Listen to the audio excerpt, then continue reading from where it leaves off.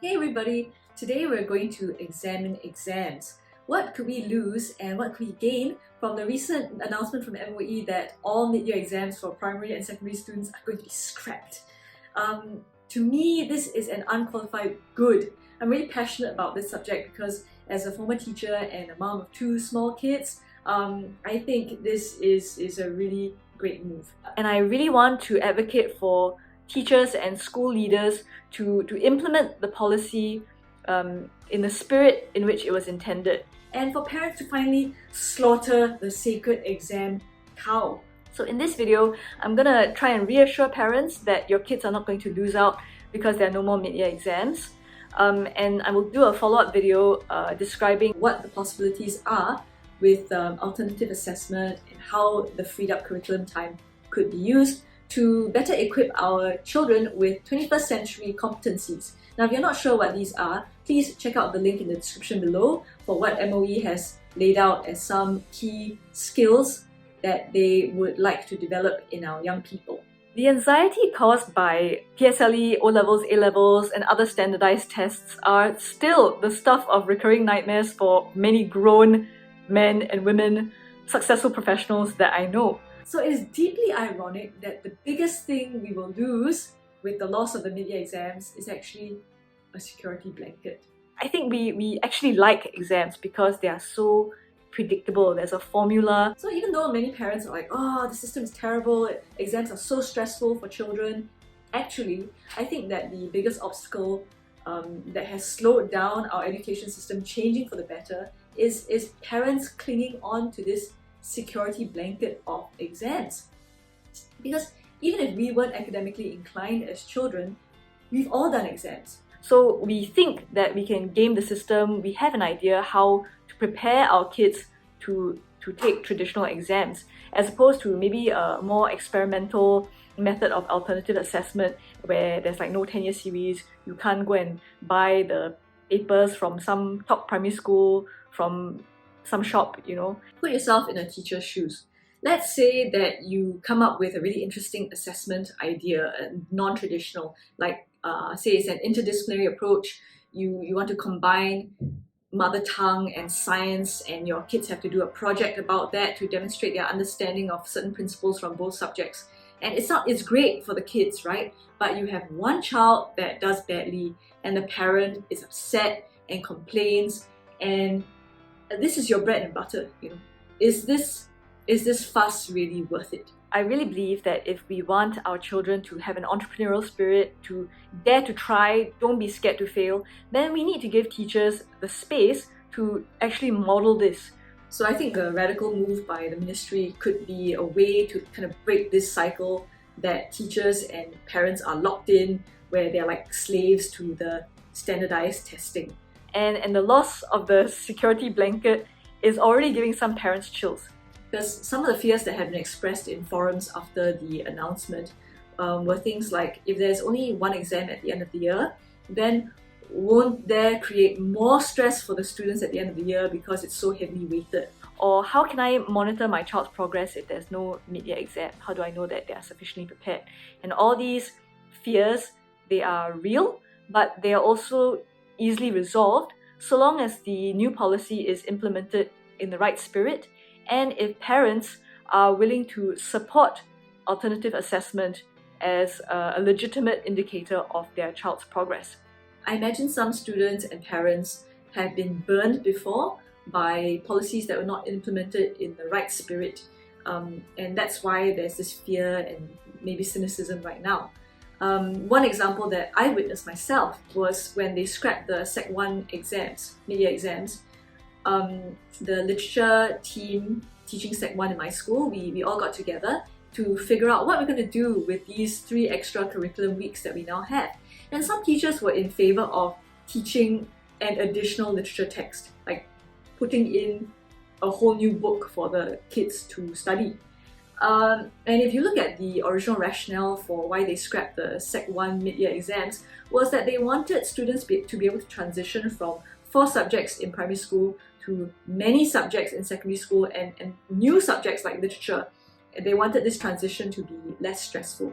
So of course, when you look at that rationale, then adding in more syllabus content doesn't make sense. So teachers are probably well-meaning, but there can be so much going on that you can lose sight of certain goals and objectives. Hopefully teachers and school leaders can implement the policies in the right spirit, and that will go a long way towards calming the fears of parents and students. And I think a lot of the fears also stem from fear of the unknown. So I want to kind of peel back the curtain of assessment procedures, like how do teachers go about devising a schedule of assessments, an SOA, right? So I taught at 3 different schools, and our procedure was more or less the same. I think it's fair to say that most schools go through something like this, where let's say you have a team deployed to teach a level in the following year, like Sec 3 English for example. So all the teachers that are teaching Sec 3 English the next year will get together during the November planning period and come to a consensus on how many assessments there will be, what type of assessments they will be, what's the weighting for all of these assessments, and then when in the year these assessments are going to take place. So the devil is in the details, because with these 4 variables, there are an infinite number of permutations of how you could choose to organize your schedule of assessments. And teachers will take into account all kinds of other factors as well, like when is the students' sports season? Is it an SYF year? Are they going to be very busy with their CCAs at certain times? Maybe they take into account the teachers in the team, their marking load. Sometimes teachers are straddling multiple levels. Like, do they have the time to mark the assignments at the particular time? The ministry does not demand that all schools apply a cookie cutter approach, which is good because every school is in a different context with a different student profile, and school leaders, teachers can and should be given the autonomy to consider and apply what would be best for their own students. But then, that's how you get situations that arise where maybe people have been burned before. So, what can parents do to partner schools and support their kids' learning? Usually the schedule of assessments, the SOA, and another document called the scheme of work, which sets out the curriculum and what the learning outcomes are supposed to be. These things are distributed to students at the start of the year. And if you're a parent and you're like, I've never heard of such a thing, I've no doubt that many students will just throw these things away. I've taught boys. Okay, so if your child has lost these documents, just get in touch with the teacher directly and get it from them. It's really important. When you're looking at a schedule of assessments, what are you looking out for? First, check that there are assessments at regular intervals throughout the year. So your child's teacher and you should be able to see your child's progress through the year, even without mid-year exams. Second, look at how each assessment is weighted. Is there any one assessment that is so heavily weighted that if your child for some reason has a really off day and fails that assessment, is that going to utterly destroy their overall grade? That may be cause for concern, because your child's overall grade should reflect their consistent performance over the year and not their performance on just one day.